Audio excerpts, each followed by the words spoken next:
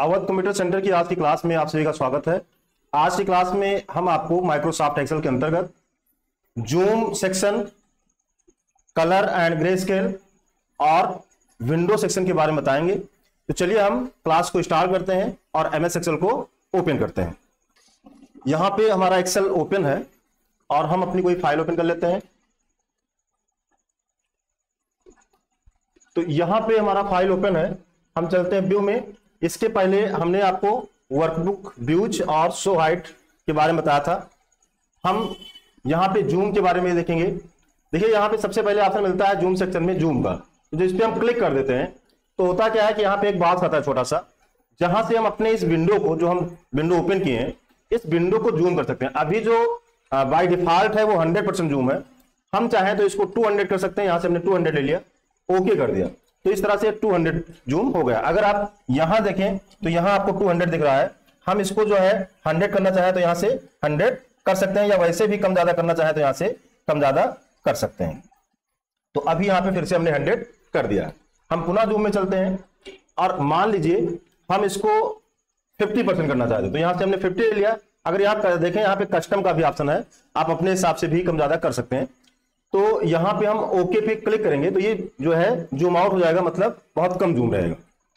अब ये छोटा हो गया है। अब यहां पे अगर आप देखें तो 100% का है, मतलब अभी 50% है। आपको अगर 100% करना है तो आप चाहो तो यहां से जाके करो, या यहीं पे अगर आप क्लिक कर देते हो तो एक ही बार में ये 100% हो जाएगा।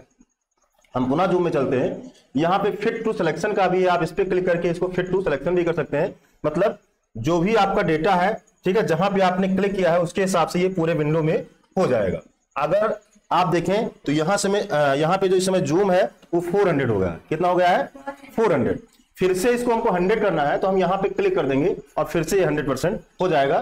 तो शायद आपको समझ में आ गया होगा ये जूम में ये जो भी ऑप्शन है। अब कस्टम पे अगर हम देखें तो कस्टम में भी हम अगर कोई इसमें दर्ज करते हैं, मान लो इसको हमको 90% करना है, तो हमने यहाँ पे 19 किया और ओके कर देते हैं। तो यहाँ पे आप देखेंगे तो 90% यहाँ भी आपको दिख रहा है और उस हिसाब से यहाँ पे हमारा जो व्यू है वो आपको दिख रहा है। जूम टू सिलेक्शन मतलब जितने एरिया को आप सिलेक्ट करें, जैसे मान लो हम इतने एरिया को सिलेक्ट करते हैं, हम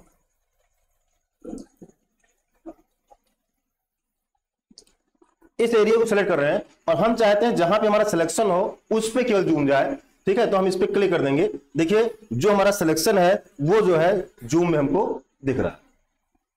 अगर हम इसको 100 करें तो फिर से 100 हो जाएगा। मान लो यहां पे हमने इस सेल को ले लिया, ठीक, इस सेल पे हम ज्यादा जूम चाहते हैं तो इस पे हमने क्लिक किया, तो आप देखें इस सेल पे जो है जूम हमारा हो गया। तो इस तरह से आप सिलेक्शन के अनुसार भी जूम यहां पे कर सकते हैं। 100% करना चाहें तो 100% फिर से कर सकते हैं। इसके बाद है न्यू विंडो। तो यहां पे न्यू विंडो है तो हम इस पे क्लिक करेंगे, ठीक। जब इस पे क्लिक करते हैं तो होता क्या है, मतलब ये जो विंडो है, ये जो फाइल है, इसी का एक डुप्लीकेट बन जाएगा, इसी का एक डुप्लीकेट बन जाएगा। लेकिन वो डुप्लीकेट का डुप्लीकेट रहेगा, अलग अलग फाइल नहीं हो, माना एक ही जाएगा। अगर हम न्यू विंडो पे क्लिक करते हैं तो यहां पे अगर आप देखें तो यहां पे क्या लिखा है, फार्मूला इन एक्सेल, यहां पे रेशियो 2 आ गया, ठीक। जबकि इसको हम थोड़ा सा रिस्टोर कर लेते हैं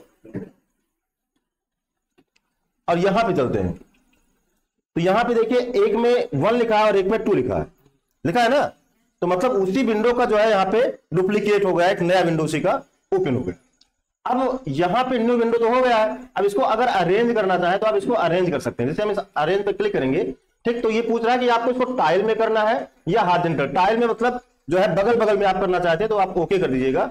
तो आप यहाँ पे देखें तो साइड साइड में आ गया, दोनों साइड साइड में आ गया है। अगर हम मान लीजिए, देखो ये 2 है, ये क्या है, 2 है जो बाद में हमने कॉपी किया था, और ये 1 है जो ओरिजिनल कॉपी आपकी है। अगर हम किसी में चेंज करें, यहां पे 77 लिखा है और यहां भी अगर आप देख रहे होंगे तो 77 लिखा है, तो हम यहां पे 77 की जगह पे कुछ चेंज कर देते हैं। जैसे मान लीजिए यहां पे हम 50 कर देते हैं, तो यहां पे हमने 50 किया, यहां पे हमने क्या किया, 50 किया। अगर यहां पे देखें तो यहां भी 50 आपको नजर आ रहा होगा, ठीक। तो ये जो है उसका एक नया विंडो ओपन हुआ है, लेकिन वो सेम है, कोई अलग नहीं है। इसके बाद हम पुनः अगर अरेंज ऑल पे क्लिक करें तो यहां पे हॉरिजॉन्टल का मतलब हुआ ऊपर नीचे हो जाएगा। तो यहां पे हम ओके कर देते हैं तो यहाँ पे अगर आप देखें तो वही चीज ऊपर नीचे हो गया। अच्छा, इसकी जरूरत क्यों पड़ती है? बस जैसे मान लीजिए इसमें यहाँ पे ऊपर वाला देखना चाहते हो, ठीक, और फिर जैसे मान लीजिए शीट बहुत बड़ी है आपकी और नीचे का डेटा आपको देखना है, तो या तो आप नीचे का देख पाओगे या तो आप ऊपर का देख पाओगे, या तो आप नीचे का देख पाओगे या तो आप ऊपर का देख पाओगे। और मान लीजिए जैसे मान लो हम इसको बड़ा कर दें, ठीक, या हम जो है एक विंडो क्लोज कर देते, चलो हम एक क्लोज कर देते हैं और इसको यहां से फुल स्क्रीन कर देते हैं। तो यहां पे अगर हम नीचे चले जाते हैं तो होता क्या है, हमको यह नहीं पता चल पा रहा है कि ये किस विषय का नंबर है, किस विषय का नंबर है ये हमको नहीं पता चल पा रहा है। तो हम चाहते हैं कि किस विषय का नंबर ये भी हमको पता चले, तो इसको हम डुप्लीकेट कर लेंगे, मतलब यहां से न्यू विंडो बना लेंगे। तो न्यू विंडो करेंगे तो यहां पे इस तरह से आएगा, अरेंज ऑल पे क्लिक करेंगे और हॉरिजॉन्टल पे क्लिक कर देंगे। तो एक में अगर आप देखें तो ऊपर हेडिंग लिखा ही है, ऊपर हेडिंग लिखा ही है। अब मान लो हमको नीचे से जो है देखना है, देवेंद्र का देखना है यहाँ पे, तो देखिए यहाँ पे हम इसके हिसाब से देख सकते हैं कि ये हिंदी वाला है, ये इंग्लिश वाला है, और इस तरह से हमको पता चल सकता है। समझ में आ गया कि नहीं आ गया? तो इस तरह से जो है आप न्यू विंडो का यूज कर सकते हैं। पुनः अरेंज ऑल पे जाते हैं, यहां पे फिर से वर्टिकल का मिलता है, हम ओके करेंगे, वर्टिकल हो जाएगा, ठीक, जैसे आपका टाइल में हुआ था वैसे ये वर्टिकल में भी होता है। और फिर इसमें एक ऑप्शन मिल जाता है कैस्केड। कैस्केड में क्या होगा, एक के ऊपर एक आ जाएगा, एक के ऊपर एक आ जाएगा। कैसे आएगा, हम इस पर क्लिक करते हैं, ओके करते हैं। अब यहां पे अगर आप देखें तो एक तो आपका ये है, देखिए 1 लिखा है, ऊपर इसके नीचे देखिए तो यहां पे 2 लिखा है। अगर हम थोड़ा सा इसको नीचे ले जाएं तो यहां पे आप देख सकते हैं एक ऊपर है और एक नीचे है। तो ये होता है कैस्केड। कैस्केड का मतलब होता है एक के ऊपर एक जो है रहेगा। तो शायद ये समझ में आ गया होगा, ठीक। अब हम क्या करते हैं, हम इसको क्या करते हैं, क्लोज कर देते हैं, या अभी इसमें हम और देखते हैं, यहां पे हम फिर से अरेंज पे जाएंगे, इसको टाइल कर देंगे, ओके कर देंगे, ठीक। अब यहां पे साइड बाय साइड का ऑप्शन मिलता है, यहां से हम इसको क्या कर सकते हैं, साइड बाय साइड कर सकते हैं। अब साइड बाय साइड हो गया, ठीक है। अब यहां पे देखिए व्यू साइड बाय साइड, ये हाईलाइट है क्योंकि हमने साइड बाय साइड किया है। अब दूसरा है सिंक्रोनाइज स्क्रॉलिंग। सिंक्रोनाइज स्क्रॉलिंग मतलब अगर आप चाहते हैं कि जब हम स्क्रॉल करें तो दोनों एक साथ स्क्रॉल हो, जैसे हम भले ही इसको स्क्रॉल कर रहे हो तो दोनों स्क्रॉल हो साथ में, तो हम क्या करेंगे,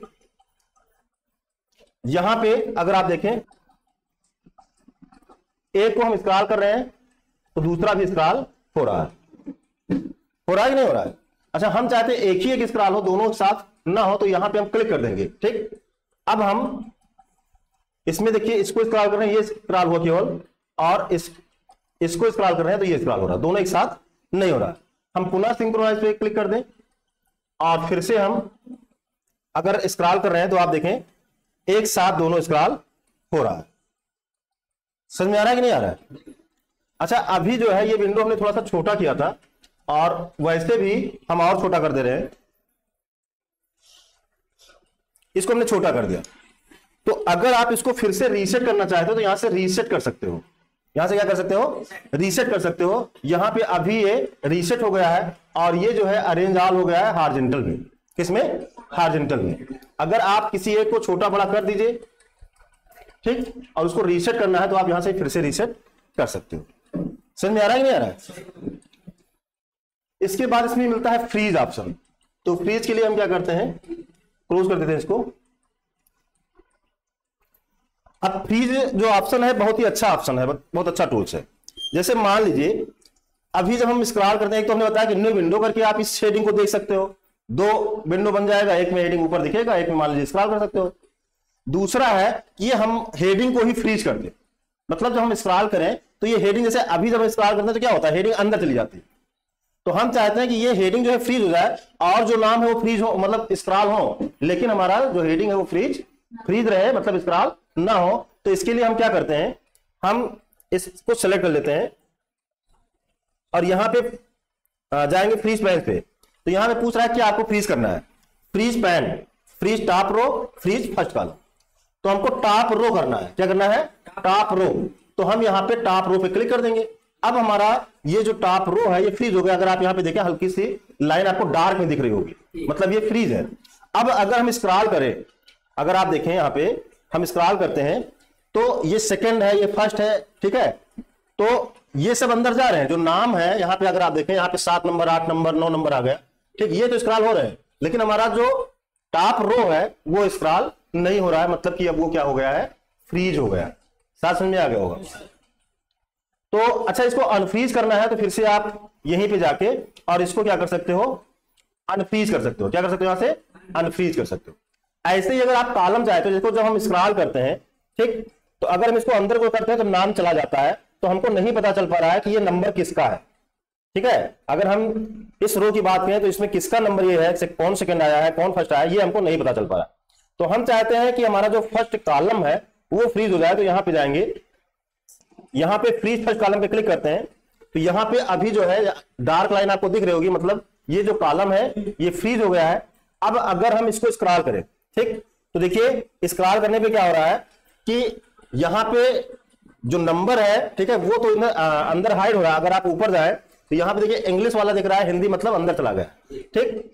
या मान लीजिए हम थोड़ा सा और इसको इधर करते हैं, तो देखिए नाम हमारा है, ठीक है, नंबर यहाँ पे सब्जेक्ट वाइज जो है वो नहीं दिख रहे हैं। तो ये कैसे हुआ है, ये फ्रीज पैन में जाके हमने यहां से फ्रीज फर्स्ट कॉलम किया है। फिर से अनफ्रीज करना है तो यहां से हम इसको फिर से अनफ्रीज कर सकते हैं। स्प्लिट करना है इस विंडो को, तो आप यहां से इस विंडो को स्प्लिट कर सकते हैं। जहां पे आप क्लिक किए होंगे वहीं से स्प्लिट हो जाएगा। फिर से आपको यहां पे क्लिक करना है तो हट जाएगा। मान लीजिए आप इस विंडो को यहां से स्प्लिट करना चाहते हैं, इसको अलग अलग भागों में बांटना चाहते हैं, ठीक है, तो आपको क्या करना है, यहां पे स्प्लिट पे क्लिक करना है। जब आप स्प्लिट क्लिक करते हैं तो यहां पे देखिए हम इसमें क्लिक कर दें तो ये अलग भाग है, ठीक। हम यहां से स्क्रॉल करते हैं, ये देखो इधर का स्क्रॉल हो रहा है, ठीक, और अगर हम यहां से स्क्रॉल करें तो ऊपर आधा स्क्रॉल हो रहा है, ठीक, इधर नीचे हो रहा है। अच्छा, यहां पे फर्स्ट दिख रहा है, हम यहां से स्क्रॉल करें तो ये देखिए, तो ये 4 भागों में बट गया, ठीक। तो यहां से इधर वाला स्क्रॉल होगा, ठीक, यहां से इधर वाला, और फिर यहां से ऊपर नीचे हम कर सकते हैं, और यहां से भी ऊपर नीचे कर सकते हैं। तो जहां पे आप कर्सर रख के करेंगे वहीं से ये जो है अलग अलग 4 भागों में हो जाएगा। हम पुनः यहां पे स्प्लिट पे क्लिक कर देंगे तो ये फिर से जो है सही हो जाएगा। यहां पे हाइड का ऑप्शन मिलता है, आप इस शीट को क्या कर सकते हैं, हाइड कर सकते हैं, और अनहाइड करेंगे तो फिर से आपकी जो शीट है वो यहां पे शो हो जाएगी। तो इस तरह से हमने आपको यहां पे जूम सेक्शन, जिसमें हमने जूम को 100% करना या सिलेक्शन के द्वारा जूम करना, new window, arrange all, freeze pane बहुत ही इंपॉर्टेंट है, इसको आप लोग ध्यान रखिएगा, जरूरत इसकी अक्सर पड़ती रहती है। जब हमारे पास बहुत ज्यादा डेटा होता है, ठीक है, तो हमको इसकी जरूरत पड़ती है। और साइड बाय साइड कैसे करते हैं, सिंक्रोनाइज स्क्रॉलिंग, मतलब हम चाहें तो एक साथ ही स्क्रॉल करा सकते हैं या हम चाहें तो अलग अलग स्क्रॉल करा सकते हैं। तो ये सभी ऑप्शन हमने आपको बताया है। आगे की क्लास में हमारा मैक्रोज छूट रहा है, जिसको हम आगे की क्लास में कवर कराएंगे। तो आज की क्लास में इतना ही, मिलते हैं नई क्लास में, तब तक के लिए जय हिंद जय भारत।